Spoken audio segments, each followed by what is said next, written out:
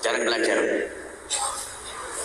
Termasuk kami berdua, banyak orang di rumah saya, anak saya nggak bisa ngaji, ada tamu lagi. Nggak mungkin anak saya nggak nemui, sombong banget tuh anaknya, kan gitu ya. Nemui nggak belajar dong. Tempat yang aman adalah pondok pesantren. Maka hari ini rindukan anak-anak Anda untuk masuk pondok pesantren. Di situ adalah ibadah. Jam 3 malam sudah bangun tahajud, sholat untuk Anda. Alangkah indahnya. Kemudian ada bertanya, di pondok itu mahal. Hari ini pondok mahal. Siapa bilang? Kalau mahal ayo hitung-hitungan. Kalau anak Anda sekolah di luar, mohon maaf, di luar bukan berarti tidak baik, bisa saja baik di SMP SMA, kami tidak mengatakan tidak baik, hanya kami mengajak untuk menjaga yang lebih mudah. Bicara tentang biaya, siapa yang bilang mahal coba? Kalau sekolah di luar, memang SMP SMA-nya gratis, tapi minyak motornya berapa? Harga 1.500.000 ya. Jalannya mundur. Nggak ada, motor 1.500.000, nggak mau naik itu anak. Oke, Anda belikan berapa? 10 juta? Ya standar lah, 7 juta, 10 juta. Pakai bensin atau pakai air? Bensin pasti. Berapa bensinnya? Seliter berapa? 3.000, 5? 10.000. Saya tidak pernah beli bensin. Pakai solar mobil. Jadi anggap terus. Habis itu apa? Alasan pengen handphone. Handphone harga berapa? Saya tidak tahu harganya. Pakai pulsa atau tidak? Masa suruh pakai wifi tetangga terus? Gara-gara punya handphone itu, kalau sudah malam mau belajar tiba-tiba uminya harus keluar duit. Kenapa? Ada GoFood. Anda tidak mau beli kan? Umi nggak konsen. Nggak konsen, lapar nih kerucukan. Beli juga berapa duit? Ada itu. Itu kalau anak Anda pinter baik, kalau ngambil duit ngomong. Yang hebat lagi ngambil nggak ngomong. Itu ayo. Berapa? Itu bicara biaya. Hari ini pondok pesantren lebih mudah sebetulnya, lebih murah bicara biaya. Baik, ini orang yang pertama. Mungkin setelah itu ada yang berbisik di hatinya. Sebab kalau masuk majelis tidak boleh ada yang kecewa. Semuanya harus senang. Ada yang berkata, aduh ya, anak saya sudah gede pada kuliah, nggak mungkin di pondok kan. Masuk pondok nggak mungkin, apalagi pendidikannya sudah Atau mungkin, aduh setiap diajak bicara pondok pasti anak saya tidak mau. Kelompok orang yang kedua kami sampaikan, wahai ibu bapak, jika anakmu sudah tidak bisa di pesantren dengan jasadnya, tapi pondokkan hatinya. Ini yang punya pengaruh dahsyat sampai dia mati nanti. Bagaimana mondokkan hatinya? Kenalkan hatinya dengan kemuliaan di tempat-tempat mulia. Tentunya semuanya punya ide cemerlang, cuman biasanya kami contohkan gambarannya begini. Jadi anak Anda misalnya berapa yang kuliah di Jakarta, Anda kirim berapa duit setiap bulan? Yang kuliah di Sumatera sana, di Jawa Timur berapa sebulan? Anggap saja setiap bulan Anda mengirim 1 juta rupiah uang sakunya. Sekarang Anda tambah 200.000 menjadi 1.200.000. Cuman Anda ada pesan yang sayang, Umi nambah 200. Untuk apa Umi? Nah, ini saya ada nomor rekening. Ada nomor ini pondok pesantren di sana, kiainya namanya ini. Tolong sayang ya, kamu kirim. Kenapa ada Umi saja? Aku pengen kamu yang mengirim sambil kamu berdoa, ya Allah jadikan aku sukses dunia akhirat. Gitu Pak. Sambil ngirim ngomong itu. Bulan pertama Anda kirimi, bulan kedua 1.200, bulan ketiga 1.200, keempat 5 aja. Bulan ke-6 coba Anda kembali mengirim 1 juta rupiah. Apa yang terjadi? Anak-anak bertanya, Umi 200-nya mana? Umi lupa ya. Loh, Anda yang diingatkan sekarang. Berarti sudah sambung hatinya. Sampai kapan? Sampai selesai kuliah Anda ajari begitu. Terus setelah kuliah dia bekerja, Anda ajarkan sayang. Kebiasaannya Umi ajarkan, tetap engkau lanjutkan. Gajimu berapa sayang? Berikan ke tempat mulia. Tiba-tiba anak Anda diuji oleh Allah dengan menjadi orang terkaya di Bandung. Apa yang terjadi? Sudah dibiasakan dengan kebaikan. Makanya itu memondokkan hatinya. Dia setiap hari transfer loh ya, setiap bulan itu sadar nyambung. Yang semula mungkin tidak pernah melihat pesantren itu, tiba-tiba lihat. Waktu browsing internet lihat apa? Pasti ke situ. Kenapa? Dia sudah kenal dengan hatinya. Ayo. Alhamdulillah di sini banyak pondok. Cuman kami juga sampaikan Al-Bahjah ada pondok di beberapa kota.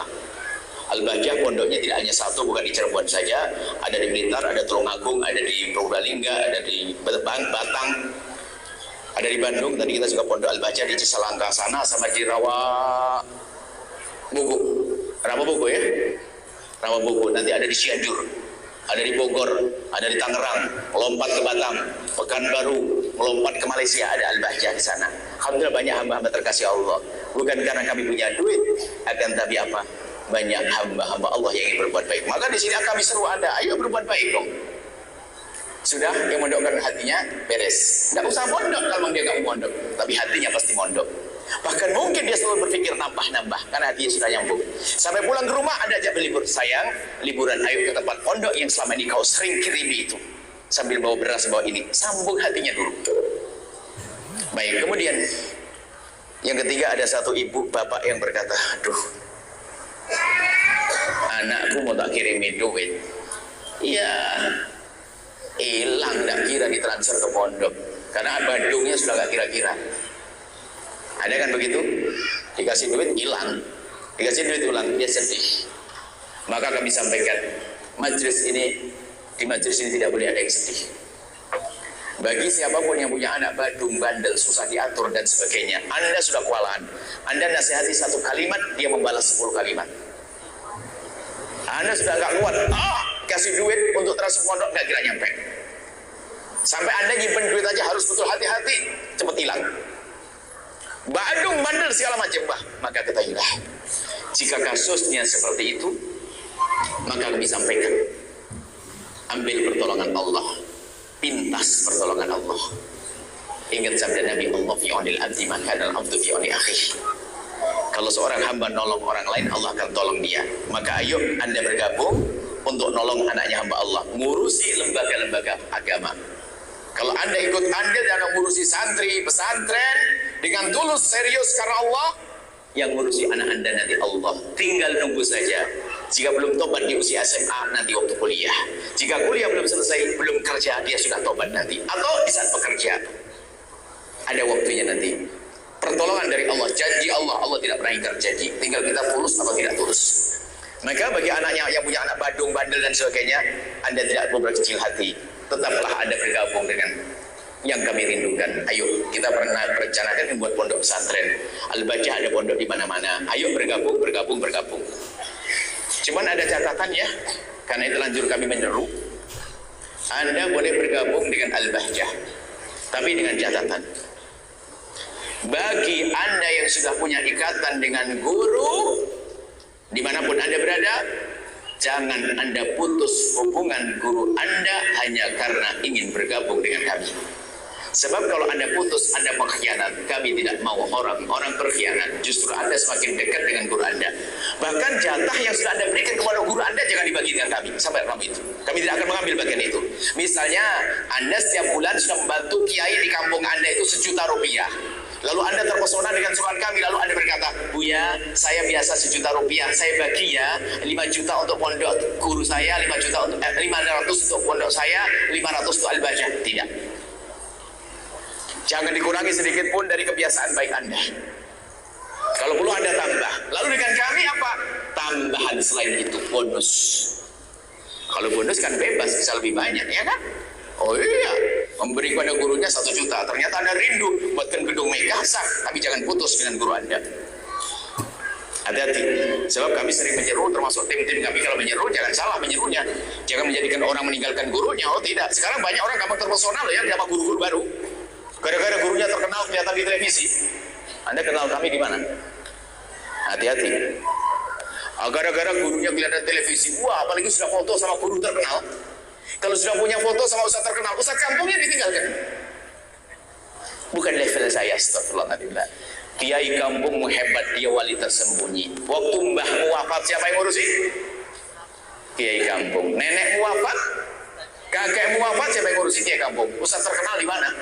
Sibuk keliling dia. Maka jangan abaikan, jangan sepelekan kiai kampung.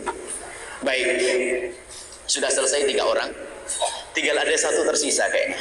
Nggak boleh ada yang sedih. Siapa dia? Nggak punya anak.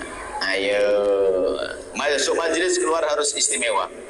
Yang nggak punya anak, kalau nggak punya anak banyak contohnya. Siti Aisyah tidak punya anak, ahli surga.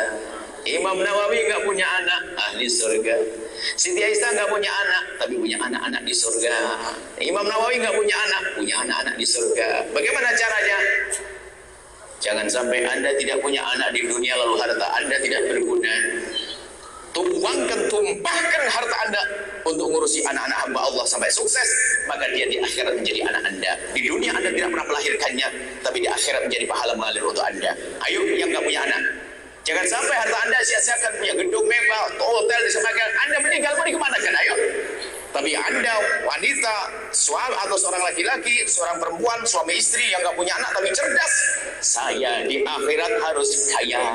Saya akan gunakan untuk program. Tak taunya besok setelah ini ada di Bandung ada gedung megah miliknya orang yang nggak punya anak untuk pondok pesantren Al-Bahjah. Wah, langsung tak kirim santri. Anaknya muridnya ada, istrinya muridnya anak-anak Anda hebat. Amin. Nggak mau anaknya mondok, nggak mau anaknya jadi dokter yang ahli sujud. Mau dah?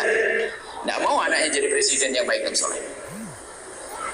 Ini jadi bagi yang tidak punya anak, jangan berkecil hati, Bu. Ada cara menjadi mulia. Rawat anaknya hamba Allah, dia akan menjadi anak Anda di akhirat, namanya anak akhirat. Jadi anak beneran, anak rahim, dunia, anak akhirat.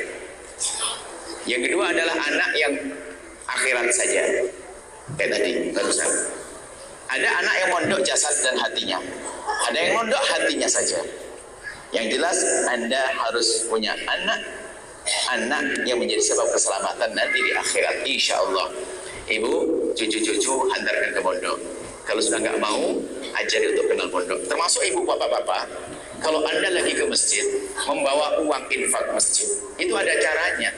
Jangan langsung Anda masukkan saja kotak amal. Kalau anak Anda 2, lalu Anda 1, Anda infak 15.000, Anda bagi kepada anak-anak Anda 5.000, Anda 5.000. Anda latih itu semuanya. Minggu depan kalau Anda lupa, anak Anda yang paling kecil ngomong, Abah, duitnya mana? Ayo, istilahnya Bu. Itu keindahan yang harus kita ajarkan di anak-anak kita. Ini saja insya Allah, waktu cukup insya Allah.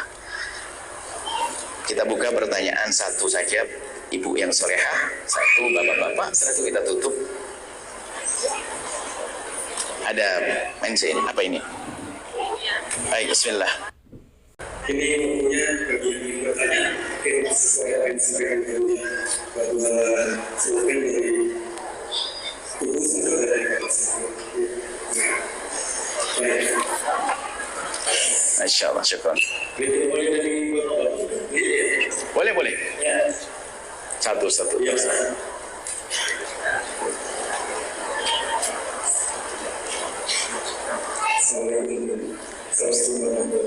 Assalamualaikum. Terima kasih ya. Berbahagia sekali saya hari ini bisa langsung komunikasi dengan pejabat saya sampai di YouTube.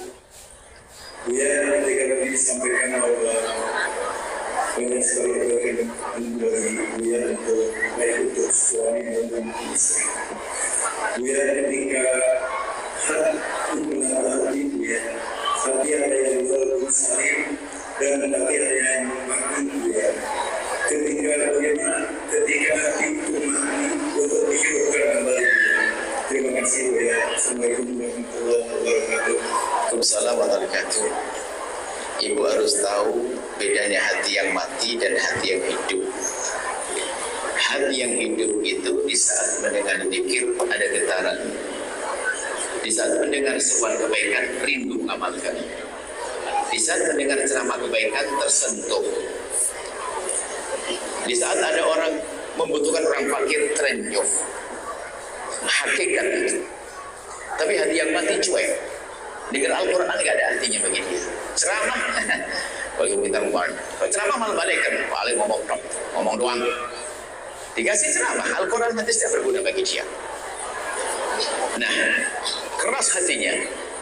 Maka untuk melembutkan hati tentunya proses yang panjang.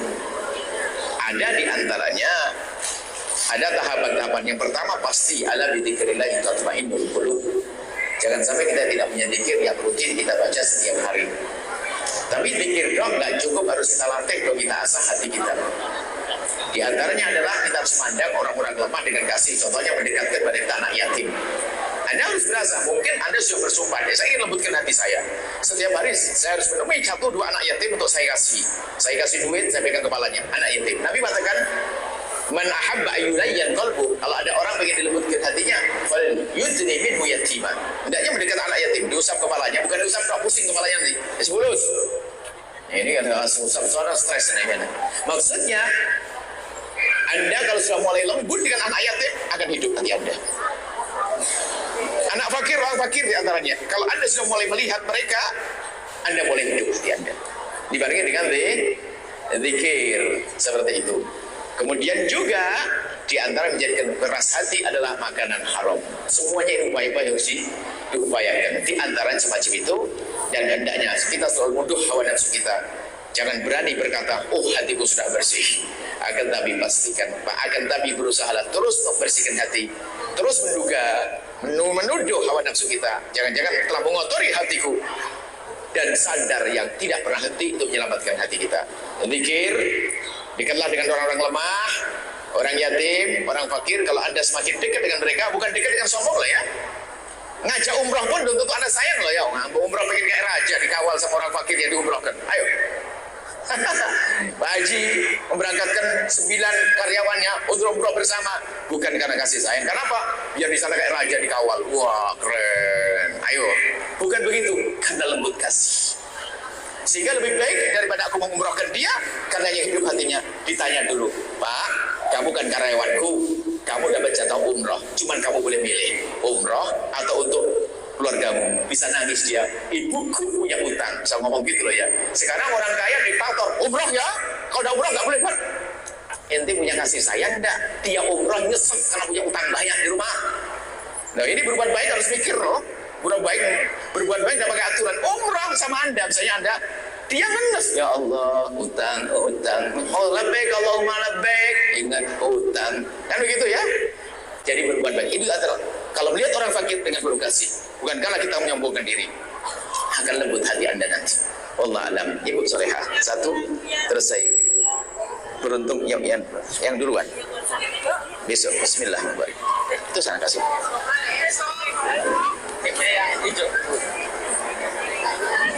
Nggak boleh dipegang. Stop. Ini dulu sebentar. Yang dulu Ibu Solehah. Ibu bulan depan ya. Bulan depan. Harus serban naik. Ya. Ya. Assalamualaikum warahmatullahi wabarakatuh.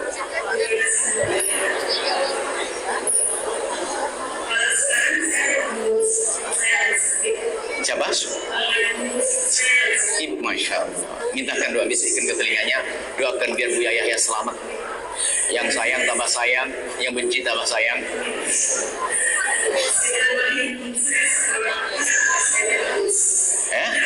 Terputus.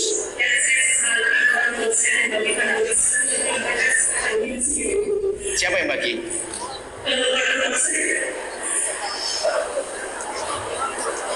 Terus?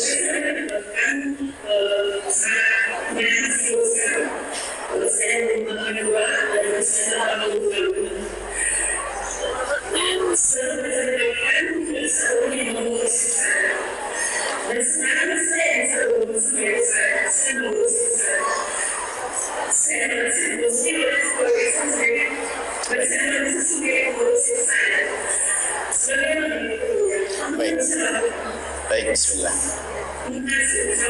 Assalamualaikum.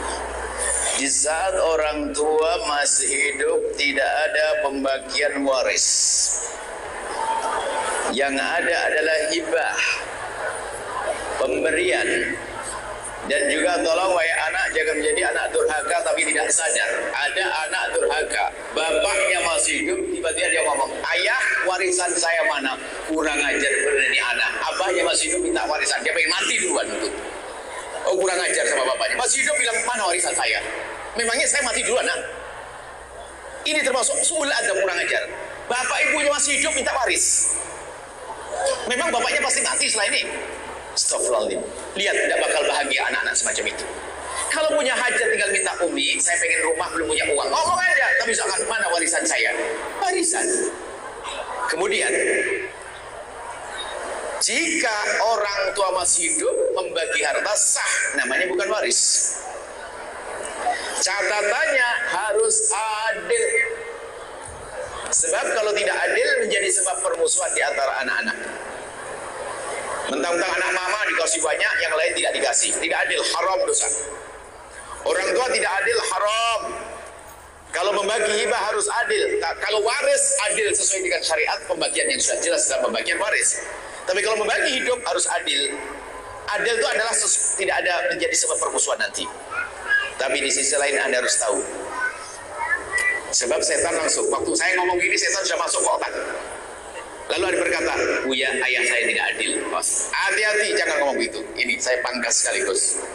Jangan sekali-kali Anda berkata ayah ibu Anda tidak adil. Sebab Anda tidak tahu seberapa banyak yang telah diberikan kepada Anda. Mungkin dia memberikan kepada adik Anda lebih banyak karena dulu waktu masa kecil Anda telah diberi lebih banyak. Atau tiba-tiba dia memberikan rumah buat kakak Anda, bukan berarti karena tidak memberi Anda. Mungkin Anda sudah disiapkan yang lainnya. Maka seorang anak yang menuduh orang tuanya tidak adil, dia termasuk durhaka. Karena dia tidak tahu apa yang di hati anak. Di hati orang tua. Mungkin memang anak pertama dibuatin rumah, kedua rumah, 3, 4 belum, karena belum nikah atau apa. Keburu mati, ya tidak dosa, wong dia sudah merencanakan kok, cuman belum terwujud.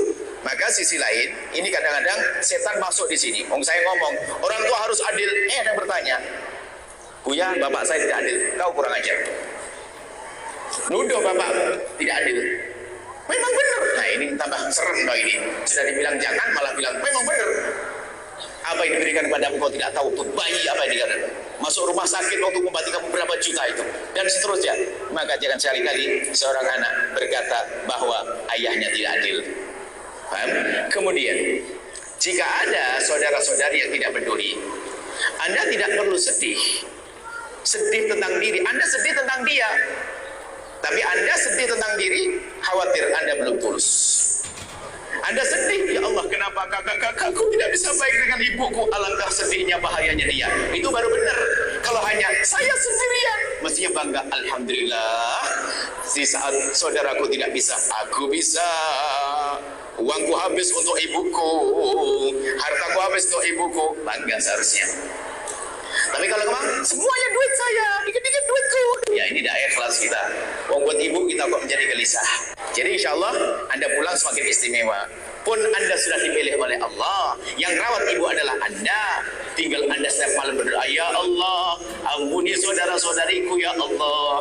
Berikan kesadaran ya Allah. Lapangkan rezekinya sehingga bisa bantu ibu ya Allah. Tanpa harus Anda sedih, gelisah, tidak usah. Gelisahnya karena dosanya dia, bukan gelisahnya karena Anda sendirian. Oh tidak. Sebab gini, contoh, ada orang memberikan harta, uang, Anda berlima, 1, 2, 3, 4 anak, yang 4 tidak dikasih, lalu Anda dikasih. Sementara Anda orang yang senang duit, senang tidak dapat duit? Senang ya, karena senang duit. Senang tidak misalnya Anda berlima, ibu, Anda berlima. Kami tidak bicara Anda pencinta akhirat. Anggap saja Anda pencinta dunia dulu deh. Tiba-tiba orang ngasih hadiah, ngasih duit kepada Anda 5 miliar. Yang lain tidak dikasih. Kenapa? Ya pokoknya saya ngasih Anda 5 miliar. Senang tidak kira-kira?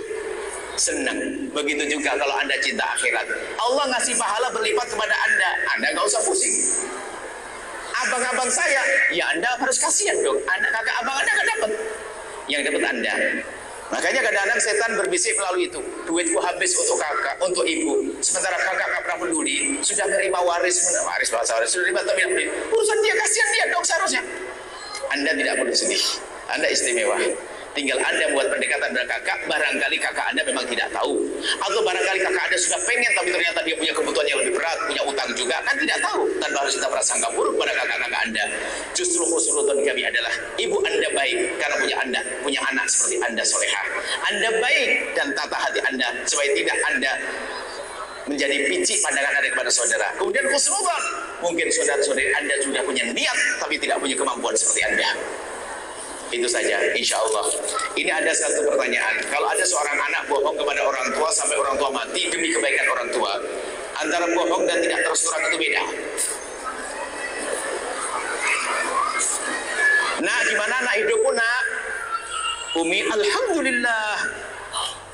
Ngomong alhamdulillah itu apa sih? Nak, kamu bahagia dengan suamimu?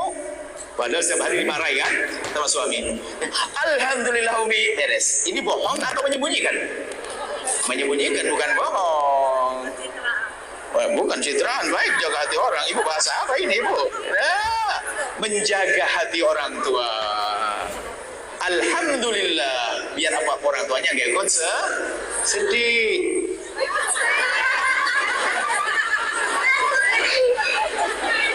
Ini grup pencitraan ini namanya.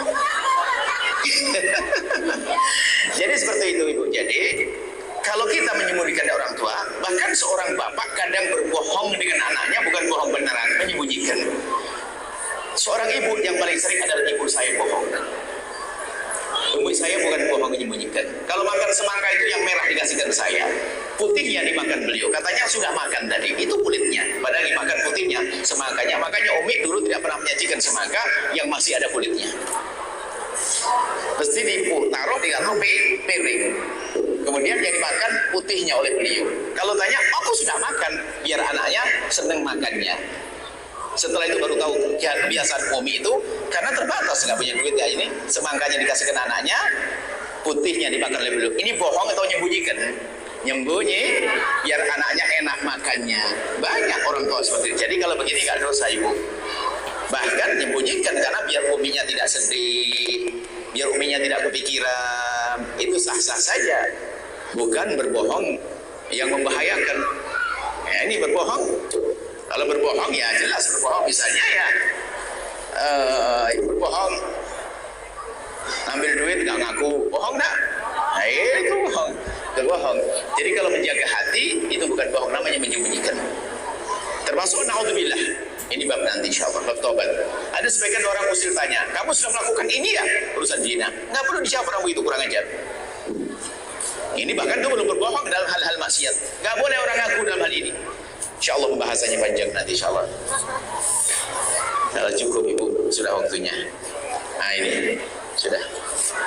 Ibu sudah. Ibu yang sudah niat itu pulang sudah ketemu jawabannya di hati nanti. Karena waktu insyaallah. Bismillah. Jangan lupa tadi bicara anak. Di Palestina sana hari ini lebih serem daripada 6 bulan yang lalu. Anak kecil sembelih, biasa betul. Susah makan di sana. Seorang ibu berkata, nak tunggu nak, Umi mau beli roti, pulang sudah nggak ada anaknya. Hari ini Palestina begitu. Kalau anda masih enak makan di rumah, maka tolong setiap hari kalau anda lagi makan enak, anda ingat Palestina agar keluar dari kocek anda, Pak. Bantu orang Palestina. Jangan ada enak-enak makan enak. Anda makan satu mangkok berapa? Puluhan ribu, ratusan ribu. Di sana susah makan. Mana hati anda? Maka bersama ini ibu, kami ajak anda untuk nolong Palestina. Dengan niat ya, menghidupkan hati tadi. Melembutkan hati. Dengan niat, semoga Allah menolak balak dari kita. Menghidupkan hati, menolong saudara kita di Palestina. Kami ajak anda untuk bergabung ini. Langsung salurkan rezeki anda. Bismillah. Palestina, Palestina, Palestina, Palestina. Bank Muamalat. Nomor rekening 1390 123 123 atas nama Al-Bahjah Peduli Sosial. Ada yang berkata, banknya beda. Harus bayar 5.000 jadi pahala. Bu, kok pusing? Transfer barang kepotong. Jadi pahala itu semuanya. Kode bank 147 atau langsung ke website lasalbahjah.org. Informasi konfirmasi 082 2272 2164. Kemudian telah hadir korban Kobi. Kita juga menyiapkan panitia korban bagi ibu-ibu yang nggak bisa korban di tempatnya karena mungkin sibuk dan sebagainya. Anda bisa beli di tempat kami, mewakilkan pada kami, lalu kami akhirnya beli. Tapi kami tetap himbau Anda meramaikan kampung Anda. Jangan langsung ke ini semuanya Anda. Kita ngajak baik kok di kampung Anda yang akrab. Anda sembelih di kampung Anda biar ramai, indah seperti itu. Cuman bagi yang ingin berkorban dengan kami adalah kita siapkan. Dan ingat ibu, korban itu sunnah setiap tahun sekali, bukan seumur hidup sekali. Kapan Anda ketemu bulan haji, Anda sudah diberi korban. Bulan depan sunnah lagi, tahun depan sunnah lagi, tahun depan lagi sunnah lagi, dan seterusnya. Ini saja. Bismillah, kita tutup dengan doa. Bismillahirrahmanirrahim. Alhamdulillahirrahmanirrahim. Allahumma salli ala habibina sayyidina Muhammad wa ala sayyidina Muhammad. Allahumma ya Allah ya Rahmanir Rahim, pandang kami dengan kasih sayang dan cinta darimu ya Allah. Berikan kepada kami segala kebaikan di dunia dan di akhirat. Ya Allah wahid dan yang maha kasih, kami mohon seperti Engkau pertemukan jasad kami saat ini, pertemukan hati kami ya Allah dalam cinta karenamu ya Allah. Jadikan kami hamba yang saling mencintai karenamu ya Allah. Jauhkan kami dari benci, dengki dan dendam kepada sesama kami.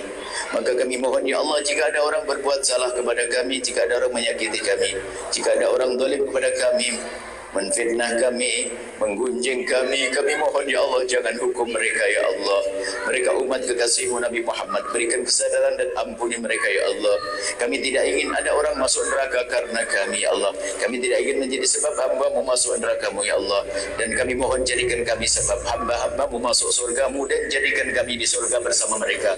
Ya Allah, kami mohon wujudkan keindahan dalam rumah tangga kami ya Allah. Suami istri yang saling mencintai karenamu, saling mencintai karenamu, saling mencintai karenamu, dengan anak yang soleh solehah dibanggakan oleh kekasihmu Nabi Muhammad. Yang belum menikah ya Allah, mudahkan mereka untuk mendapatkan pasangan orang-orang mulia yang Kau muliakan, yang menjadi sebab mereka mulia di dunia dan di akhirat. Dan kami mohon ya Allah, jika ada di antara kami ada hamba-Mu yang sering cekcok dalam rumah tangga mereka, kami mohon ya Allah, berikan majelis mulia, lembutkan hati mereka ya Allah, sehingga mereka mudah mengabdi berbakti kepada pasangan ya Allah. Dan kami mohon anak-anak kami, jaga mereka, jadikan mereka anak-anak ahli surga ya Allah.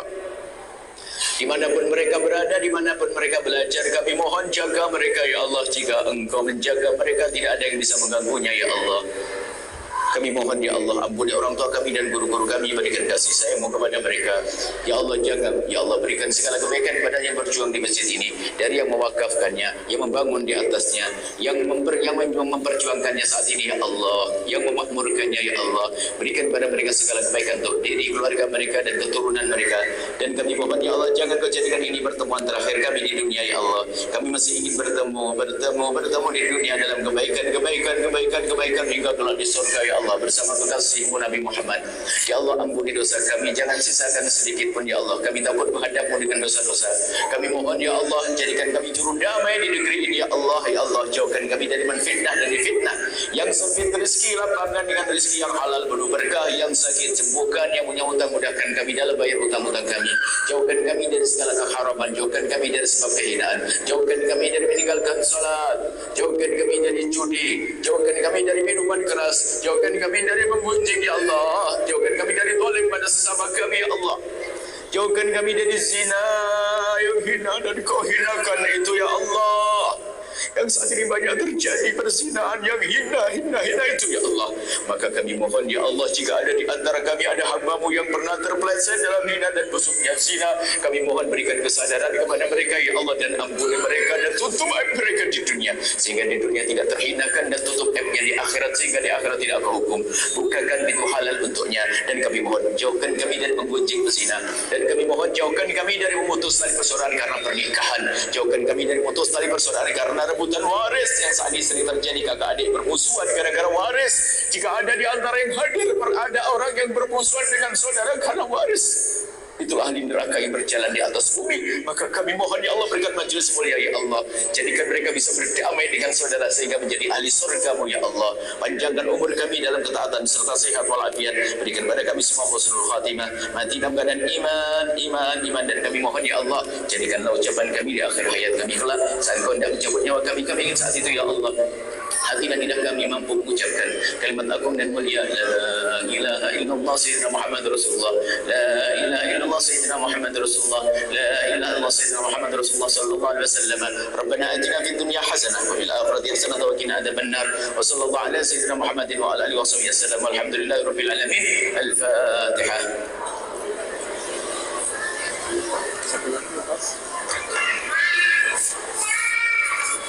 Terima kasih, mohon maaf dan mohon doa selalu. Wabillahi taufiq wal hidayah. Assalamualaikum warahmatullahi wabarakatuh.